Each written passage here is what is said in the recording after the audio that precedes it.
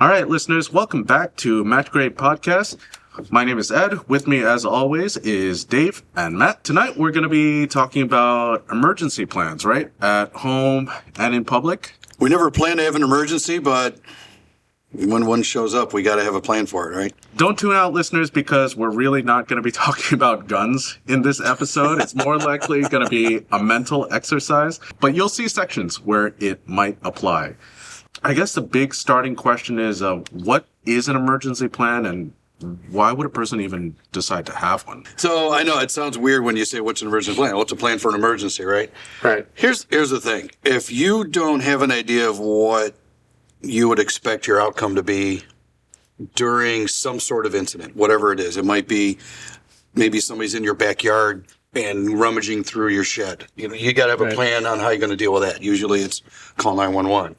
Yep. It's maybe yell at the window or turn all the lights on and see if you can scare them away. But if you don't even think about what you might do in any kind of situation, most people are just going to end up freezing. Right. I think it's important to think about the most likely things that you could face that could go wrong, whether it's at home or out in public, and then develop your plan based on that, rather than looking at, what could I do? Well, let's look at what could go wrong and how we're going to deal with that. Like the guys in classes always ask us, well, what happens if I get a home invasion of 5 armed guys coming in my door? My answer is, 1, you should probably have a better security system if you think that is a typical incident you're going to be dealing with. 2, move. Right. And 3, let's get out of the movie and TV fantasy land and let's think about, what are we going to face? What's the typical situation we're going to face? What's the most likely or more likely things that we could face, correct? We got to look at the factors around our homes, around, where we travel, around where we work. And we got to think about what happens there more often than not. Right. And we stay away from the what if, and we go into what can I do if. And then plan how you're going to carry that out. That's the key. Now, do you guys think that the plans change based upon what you have access to as far as guns or less lethal tools, or, is this mostly, mental, exercise, or is it, based upon training levels? It's a lot of mental. It's a lot of psychological exercise. It's learning how things evolve, looking at a situation. One of the phrases I learned, a long time ago is, if you want to be able to win a confrontation, you have to recognize what it is, accept that it is a confrontation. Mm-hmm. You have to adapt and then apply the proper solution. Right. Or else you're not going to be you're not thinking. You're not staying ahead of the curve.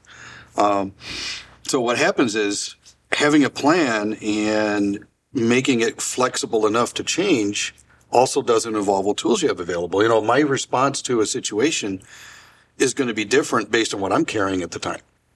Yeah, and it can be different based on where you are or who you're with. So it is more of a mental exercise to get you thinking about what can happen and then what can I do about it, not necessarily based around what do I have and how is that going to be used in X situation. So right. Yeah. Right. If I'm home and I hear somebody trying to break into one of the doors, okay, I've got a response plan. It's going to be call 911, keep them on the line. And I'm going to, if it's nighttime, I'm turning all the lights on. Right. And I'm going to be very loud and very verbal. I'm going to tell them, you're trying to break into my home. I've called the police. If you come in here, I will shoot you. Right. But what if I don't have a gun available to me at the time? I know, weird story. It's something unfathomable, but you never know. But the point is, maybe I'm in a location and I've traveled somewhere and I'm staying in somebody else's home and my firearm isn't with me that time. Mm-hmm. And I hear them breaking in and, I'm the one that's going to have to deal with it. My plan is going to be changing based on the tools I have available at the time. And it's probably going to be whatever large impact weapon I can pick up. Right. Whatever you got available, that's what you're going to use. Yeah. So basically, if you're on the throne and you don't have your firearm available, maybe grab the toilet seat cover or, or one of those, tile basin, type of things, and you make your plan out of that. That's what the Glock in the baggie in the toilet tank. Or the shower gun. You got to hang it right on the little right. hook on that shelf. So you guys mentioned kind of being aware of tools available as well as surroundings. And I know in trainings we talk about the different types of levels of awareness. Can you briefly kind of, give us layman's terms as far as, what your levels of awareness should be, and how that might change, depending on whether you're at home or in public? So there's a couple different ways to explain it. Colonel Jeff Cooper, a long time ago, came up with this idea. He put all these different philosophies into words and levels of awareness so that defensive-minded people, fighters, and military people could understand and then be able to articulate it. And he went with the color codes of awareness. He came up with, just that whole system. And he uses white, yellow, orange, red, and black. White is the lowest, where he describes you're unaware. Completely. So that the words we use are unaware, aware, alert, alarm, and fight. Okay, or panic, depending on what you're doing. It's the next level. But, if you correlate that, white and unaware are basically the same thing. You're just not paying attention. And then we get to yellow where you're aware of something. And, if you are defensive minded or you're carrying any kind of defensive tool out in public, you should be in yellow anyways, or aware. Then you get into orange, or you've picked up on some sort of alert. Right. Right. And Something has got your attention. that heightened awareness at that point. Right? Yeah. Exactly. That little tingly feeling, that sudden sound, that somebody is acting different from the background and the norm. Right. Right. So that's kind of where your plan that you've had, you start thinking, maybe I might have to start thinking about implementing the plan. Let's unpackage that plan a little Right. bit and see what the next step is, right? Yep. A long time ago we used to say you want to run that program. Just activate that program, press the key, and start it, and you can always stop it. Pull it up and get it ready. Yeah. Exactly. Then you get, let's say it's a confirmed issue, like this person is focusing on you, or this situation is developing and it's going to involve you at some point. Well, you should be in condition red or alarm, and you should be not only have activated that plan, but you should be enacting that plan. Now you're implementing it. Right. Yeah. Exactly. Let's put it to work. Yep. And then at the top end, you got black or fight or panic, depending on how well you've trained and what your brain allows you to do. And the situation, the person. Sure. That's Yeah. going to change. So the levels of awareness should keep you from going too far into the fight or the panic, because if you're paying attention to things, as I mentioned earlier, you recognize a rapidly evolving situation and you enact that plan to solve it. Right. You won't be caught off guard, and you'll be able to enact the plan to prevent getting into that black where you're totally out of it and you're not effective at all. And then you solve the problem before it gets worse. Right. Exactly. Right. So it's interesting that you mentioned this is going to sound wrong, the white level. Should any of us really be at that stage at all? Sleeping. Sleeping? Okay.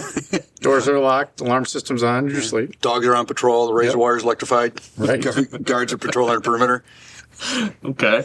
Well, probably not that far, but maybe the electric wire nowadays. The zombies are getting real again. You can't be, aware all the time. You have to rest. You have to decompress and sleep. Yeah. So, yes, there are times, but what is your plan to deal with that time when you're not going to be able to be aware and on guard? So, Yeah, they've actually found that people that exist in that heightened alert status, it just eats them up. yeah, you The get burned out stress. pretty quick. Yeah. Yep. So between white and yellow, there are times like Ed was asking, there are times it's okay to be in white. You can just relax. I have to go to sleep. I have to rest, yeah. You can wind down. The doors are locked. You're safe in your home. You know that if anything were to change, the alarm's going to let you know. The dog's going to let you know. Yep. Somebody else might let you know. So you can allow yourself to slip into that relaxed state of maybe unawareness, and then obviously go to sleep or just check out for a while. Right. And it's safe to do it then. But, otherwise, you're in public. You should be paying attention. It's basically interacting with life. So if we're in public, assuming we're at that kind of yellow stage, what are the things that you're looking for or might be paying attention? I mean, obviously we're not analyzing every single person, and giving them the full stare down and scanning them for, are they carrying, are they, doing something odd or strange. But what's something that you might, pay attention to if you were out, you're at the mall or, at the food court or, something of that nature? Yeah. So I'm looking for things that are out of place or things that get my attention. If you have that little feeling, the hair standing back up in your head or something feels wrong, listen to that, start paying attention more, start looking around more. But if someone's acting weird or something grabs your attention, start focusing on that and say, why? Why is that getting my attention? Noises, sounds.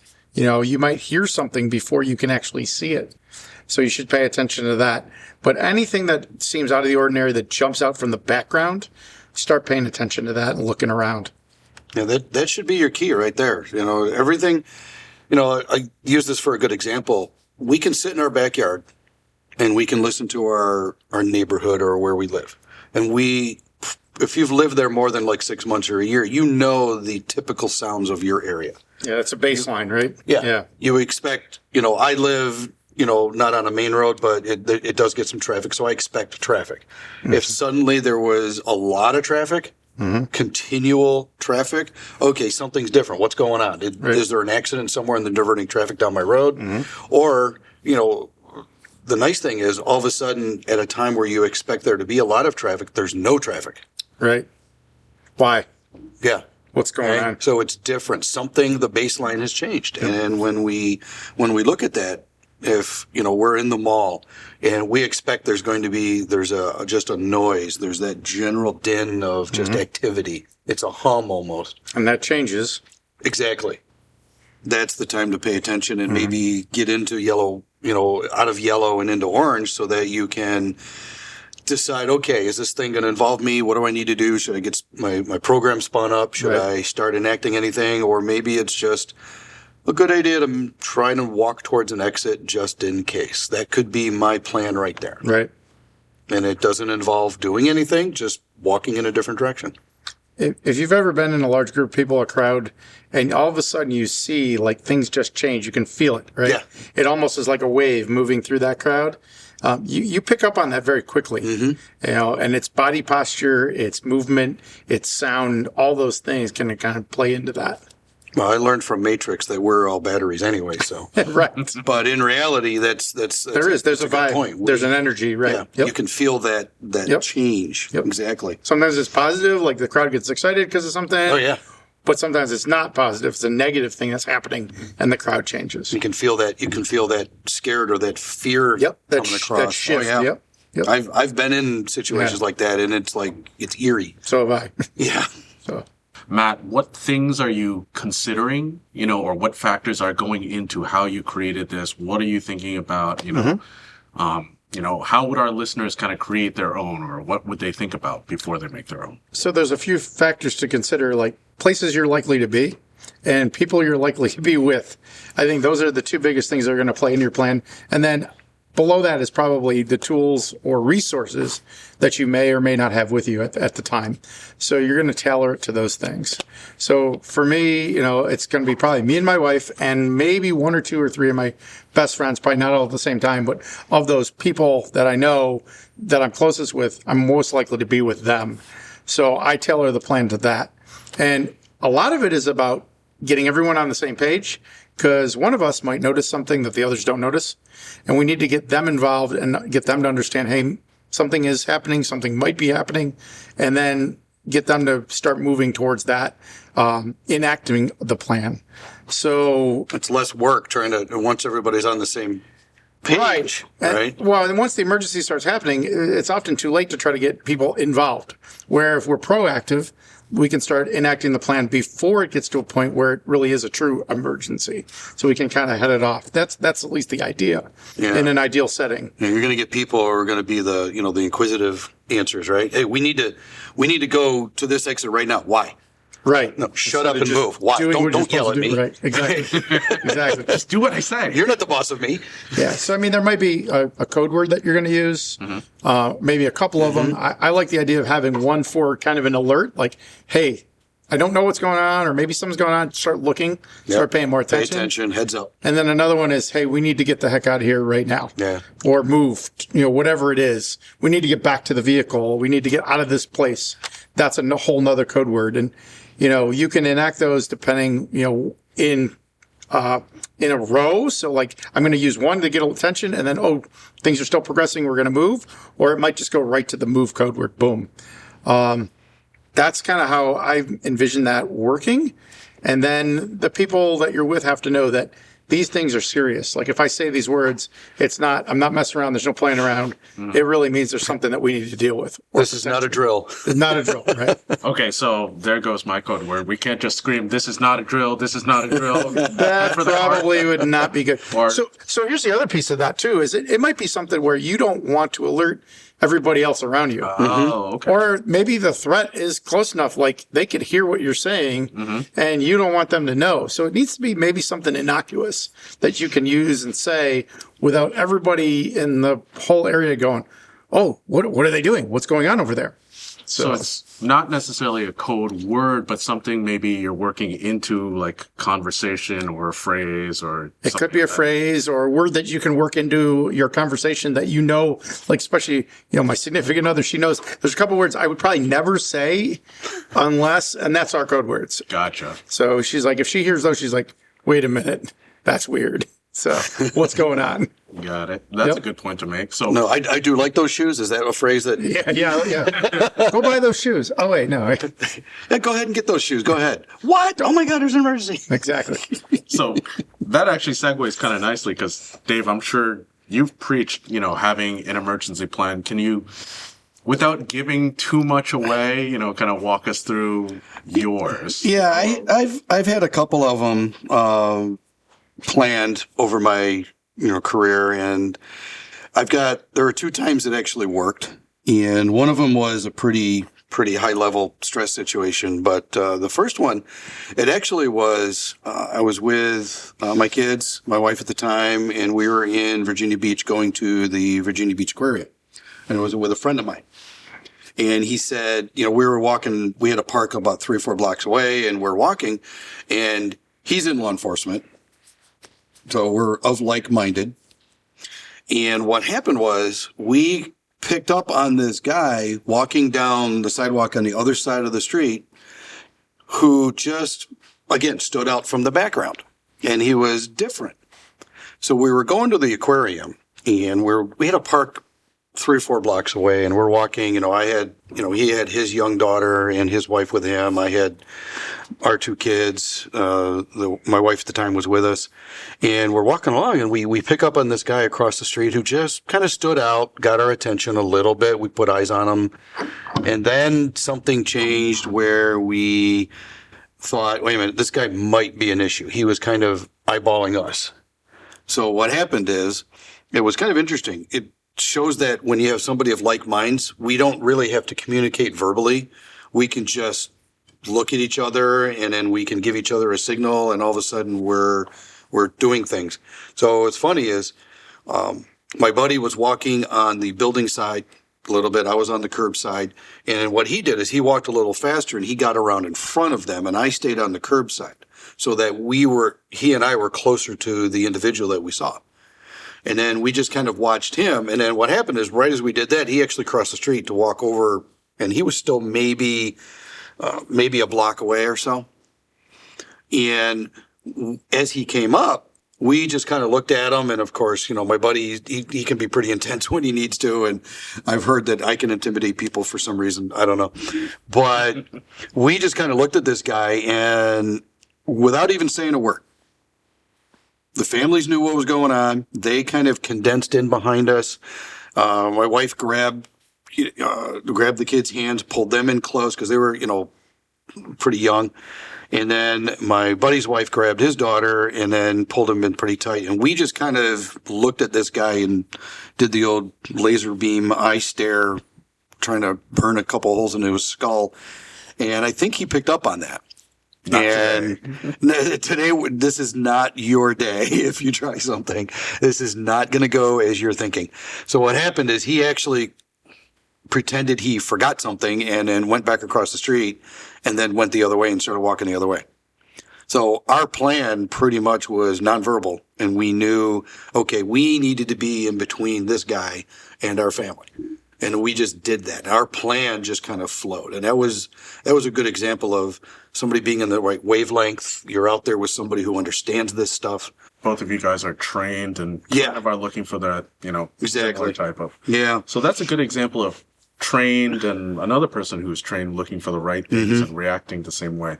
What about an example of, not trained or not aware, or you're by yourself just with your family, that kind of thing? So there was an interesting one, without getting a lot of details. There was an individual that I had some interaction with that didn't go well for him.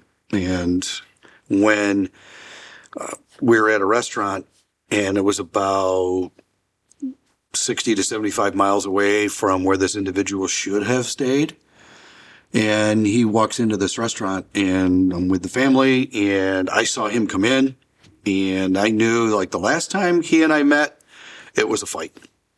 And I wanted to make sure he remembered the pain and he remembered the incident, because I didn't want him to start anything there. I'm pretty sure he did not expect me to be there just as much as I expected him not to be there. Mm-hmm. So what happened is the food had just came, kids and their chicken nuggets and mac and cheese. It's hard to separate, it's like a gravitational force. But what happened is I saw him, I leaned over and I said, and the plan was, I'd set it up ahead of time. And I said, if I ever tell you we need to leave right now, there's no discussion. There's no argument. There's no nothing. Your job is to get the kids to the car and drive away, with or without me. If I can follow and I can catch up, I'll be there. Or I will find a way to find you guys later. But my goal is to get them out of the area so that if I have to do something or I have to handle something, I'm not worried about them. Now, did you lean in to tell them, like, just leave right now? Or did you have kind of a phrase prepared ahead of time? So we did have a phrase, and I'd worked it out, but I never used it because the words, "you need to go now," were a lot shorter. Okay. Okay. I get what you're hinting at. And I'm pretty sure from the feedback I got later on is I scared her enough to move. Mm-hmm. Because she felt it was serious. She just didn't hear the words. She felt that this is, something's about to get crazy and you need to go now. And what happened is they boogied out the emergency door, got in the car and took off. And what I did is I got up and I made myself the biggest threat in this guy's eyes, walked down the little aisle past the booth, pulled out one of the tools I had with me, and I eyeballed him and I pointed to the door and I say, "Outside now." And he looked at me and went, "Uh-oh." And he just went outside, sat down, and, law enforcement was called because this guy was on probation and should not have been in this area. So it ended up well, but it could have gone really bad. Some of the phrases we'd worked out, though, in the past is a low-level response that I said is, I would say, "Hey, Uncle Andrew called me earlier and he needs us to stop by." And that was my cue for them to go, "Okay, something's going on. We need to start paying attention." Mm-hmm. Okay? Because as Matt said, maybe you don't want the other person to know exactly, "Hey, this guy's about to bother us. You should probably pay attention." We don't want to tip our hat on that. Right? So we did play with that a little bit. We did, we didn't really test it, but I always kind of clued them in. And when the kids were younger, it was more mom's responsibility to make sure that the kids got moving. As they got older, it was, "Okay, you guys need to pay attention because if you hear this, we don't have an Uncle Andrew." If you hear me talking about that, right, he needs us to stop by or anything referring Uncle Andrew, it's time that you got to, okay, we got to look around. We got to pay attention. There might be something going on.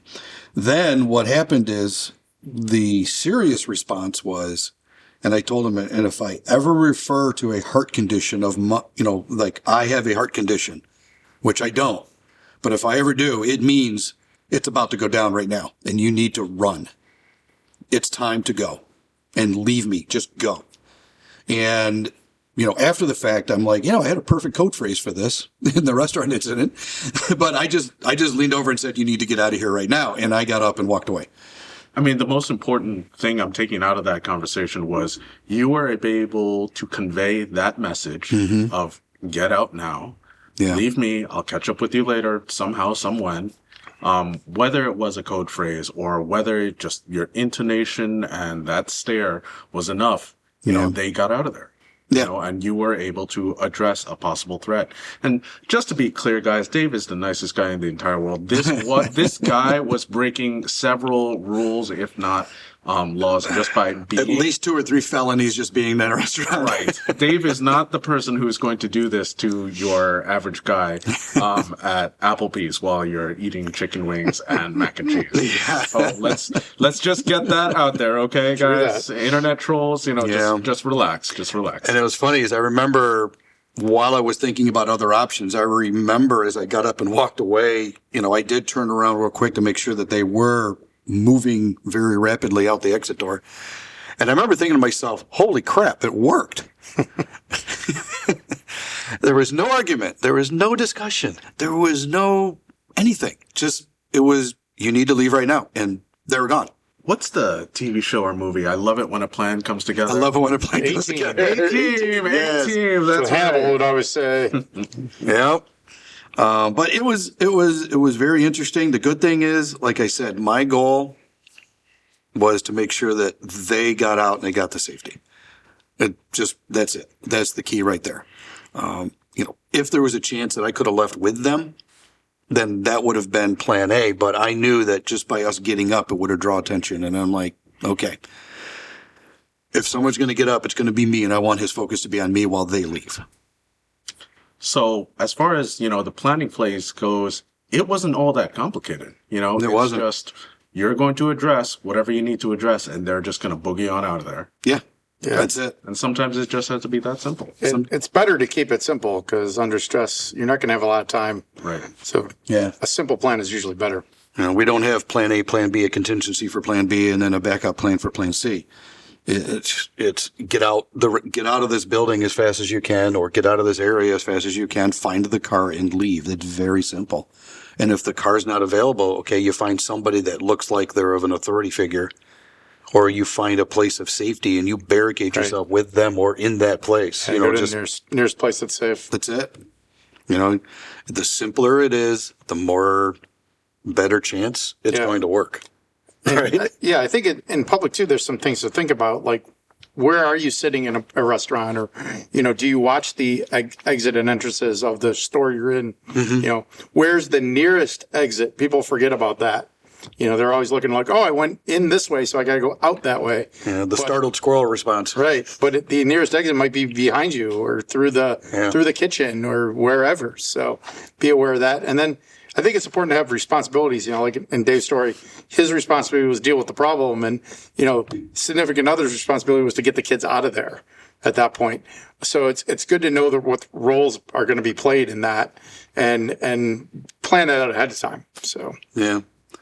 You know, let's say you're dealing with people you're not connected to. You know, it's not a family. And you got people. Sometimes you being the biggest barking dog in the situation is going to get them to do things. You can just grab somebody and say, "You get these people out of here. You need to call 911." Yeah. You know, you give them a very direct job and a very direct role to play. give them a specific role to play. Exactly. Yeah. What do I tell 911? Tell them there's whatever the problem is. You tell them this, Right. and don't hang up. Yep. You know, and you're delegating and you're taking care of things. So the good thing is, it's not that hard to motivate people. And It often only takes like one person to start the process, and then other people get moving. Otherwise, you'll see a lot of people just freeze and sit there. yeah, most humans are herd creatures anyway. So That's the right. minute somebody starts running for an exit, they're going to follow, Yeah. which is what you want. What are similar things you're considering, and what's different? Like, what things do you have to consider, you know, when you're creating a plan at home? Let's say against a home invader, or maybe multiple home invaders. Okay. So the good thing is you know what the home turf looks like. Okay, the home invader may not know what your home looks like inside. You do. If you don't, you're in the wrong home. You woke up in the wrong place. It's not my house. This is not my house. This is not my wife. Oh, wait, that's a song. But what you're going to want to do is you're going to want to plan for the fact that you do know the territory. You know where the light switches are. You know where the stairs are. You know where the hiding spots are. Mm-hmm. And if you're building your plan correctly, you know how to move in that home to get to your family to make sure they're safe, or to get them and then bring them to a safe place. We'll talk about that in a minute. But you have a lot of advantage, whereas they don't.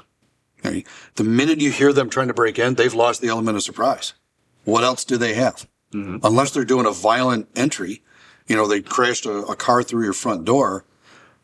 They're just trying to sneak in. Maybe they're slitting a screen and the dog saw it and start barking, or they're jimmying a window and you heard that happen, or the alarm is indicating something. You've got that early warning system now, and they've lost it. So now they're either really committed or they're not coming in. Okay. So let's say they are really committed and they are coming in. Like the dog wasn't enough, and you heard them, and you've just dialed 911 and you've just shouted, "Hey, you're coming in, and if you threaten my life, I'm killing you." Yeah. So what I would suggest is you got to figure out, okay, who's in the home with you? What are they capable of doing, if anything? All right. If they're young, toddlers, whatever. Okay, maybe not. They're probably not. They're just going to be. You need to scoop them up and get them to safety. Whereas if they're young adults or even even teens, they're capable of quite a bit if you allow them and give them the power. Mm-hmm. So what I would suggest is, involve everybody that can be involved. Your job is this. Your job is this. If you've got a teenage son, they know how to use the phone, especially nowadays. So you tell them, hey, dial 911 and say, look, my dad told me to call. There's somebody in my home. Here's where I am. And then don't hang up. Mm-hmm. Okay. Send the police right now. Hurry, hurry, hurry. Because nothing is going to get the police to hurry there faster than a panicked teenager. Right. Mm-hmm. That's a good Rather point. than a cool, calm, there's somebody in my home. You need to send the police. And then they yell, "You're in my home. I'm going to shoot you." Yeah.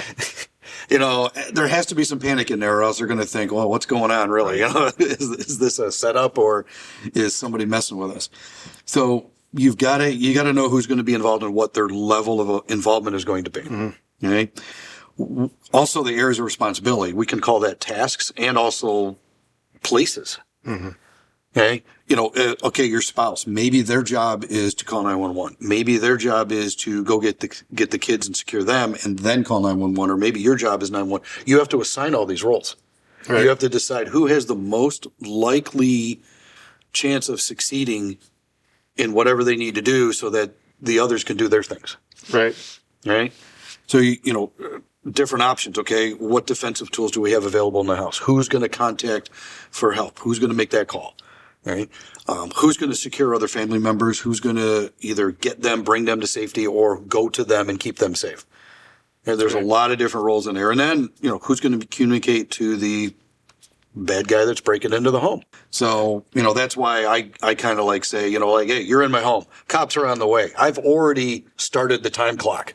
It's counting down. Yep. They have limited time, and now they know that. Yeah. The cops are coming, and I know you're there. Yep. You've got seconds before I interdict you. Don't keep coming. Yeah. And then you've got minutes until the police are here. Mm-hmm. Right? So make your choice. You can live a lot longer and get away, or you can hang out. We'll see what happens. So I think it's important to work these things out and even practice them ahead of time, drill them, because, every plan is great till first contact, and then it usually goes to hell. But if you practice it, you can maybe find some of the holes in your plan and kind of fill those in beforehand. So, yeah. So somebody's going to ask, I know they're already thinking this, what about escaping the house? What about getting out? Is there a point where you would just say, we need to get out of the house? Yeah, there could be. There could be. I think the main question is always how. Right. Most houses are not really set up to get out, especially from the bedroom, sleeping quarters areas. If you're on the second floor, how are you getting out of that, out of that bedroom? One of the things you should have probably is one of those fire escape ladders that you can throw out. Throw it under the bed. I mean, that's just if you have a fire, you can get out, but it could work in that situation. Right. So there is an option there. Yeah, get one of those, it's a just chain and metal bar, just throw it out the window and go for it. Climb out. But even in a ranch home, I've seen some of the windows. They're 5.5 feet off the ground, 6 feet. Are you climbing up there easily and squeezing through a little tiny, or they may not open. Yeah, enough to get out. Unless you live in a ranch that's got where the ground level comes up to the windows or something. Yeah, 'cause maybe. some of them, you Yep. get that, the elevation change. My windows on the first floor, I could stand under the windows and I'm 5'11". Right. Exactly. So it's So a you better have 6-foot something drop. under that window to be able to get up and out. Yeah. Yeah. So you really got to look at your situation. We did mention Colonel Cooper earlier, and I did like one of the things he wrote about was in the house that he built. He put a gate at the end of his hallway to the bedrooms, and he locked that gate at night. Yeah. So someone had to not just get in the house, but get through the gate to get where they were sleeping. I thought that was pretty good. So I've actually been in some homes that have that. They've got some security barred doors or it looks like a really, really heavy duty storm door. And it's between the living areas and the sleeping areas. and you could close it and lock that. Yep. There have been some styles of homes that they include that. It's kind of interesting. Yeah. So why not? But the goal, you have to decide what your overall goal is depending on, and maybe you have to make it flexible too. Do we stay here and hunker down? Do we secure ourselves in a room and then wait for the guy to leave? Or wait for the cops to show up and then fix it. Right. Or do we try to get out of the house, depending on what the overall threat level is, I guess. Right. I would say if for some reason it was more than one person coming in the home and they were making a very violent, noisy entrance, they don't care. Yep. They're not worried about being sneaky, right? Right. So I think it's time we need to get out of the house. We'll deal with it outside the house. Yeah. I look at it this way. There's more room to run and hide outside than there is inside. Might be. And if they follow us, it's no longer a home invasion. It's actually a personal problem. And then they're trying to actually assault us. All right. But it's the whole plan, and working the plan and including all the important people in the plan is going to be the important thing. Because if they're not included, you're not giving them the power, the ownership of part of that plan, its chances of success drop. Yeah, definitely. And if you want to succeed, you've got to make sure everybody has an idea what they want to do. Yep. One of the basics that I did with my kids growing up is, they do fire drills in school starting in kindergarten. All right. So you just call it a get out drill. Yeah. Just get out of the house, and you have a rally point somewhere you meet, whether it's a neighbor's house or it's a spot, away from the house somewhere where once everybody's out of the house, that's where they go. Right. And it's how simple is that? It's pretty straightforward. And then you can always add your subtle nuances to it. But in reality, I look at it this way. I don't need to be concerned with, am I in my home, or am I in a movie theater? Am I in a supermarket? Am I in a, hardware store? If I'm in a building and I need to get out, I'm going to figure out how to get out. Yeah, the basic construct is the same. Yeah.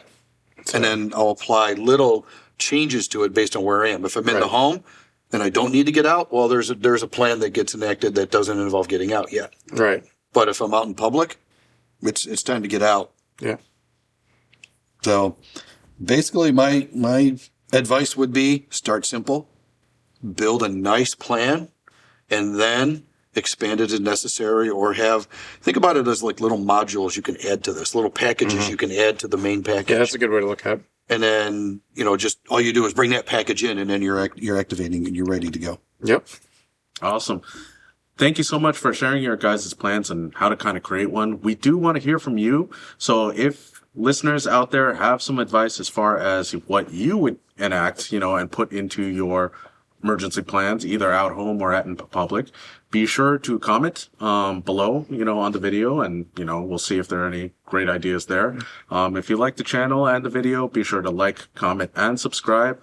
If you want to support the channel, visit patreon.com/MattGreatPodcast. Dave, Matt, again, thank you so much for taking time out of your busy days in order to help us with this topic. Not a problem. We'll always have time for this. And thanks for listening.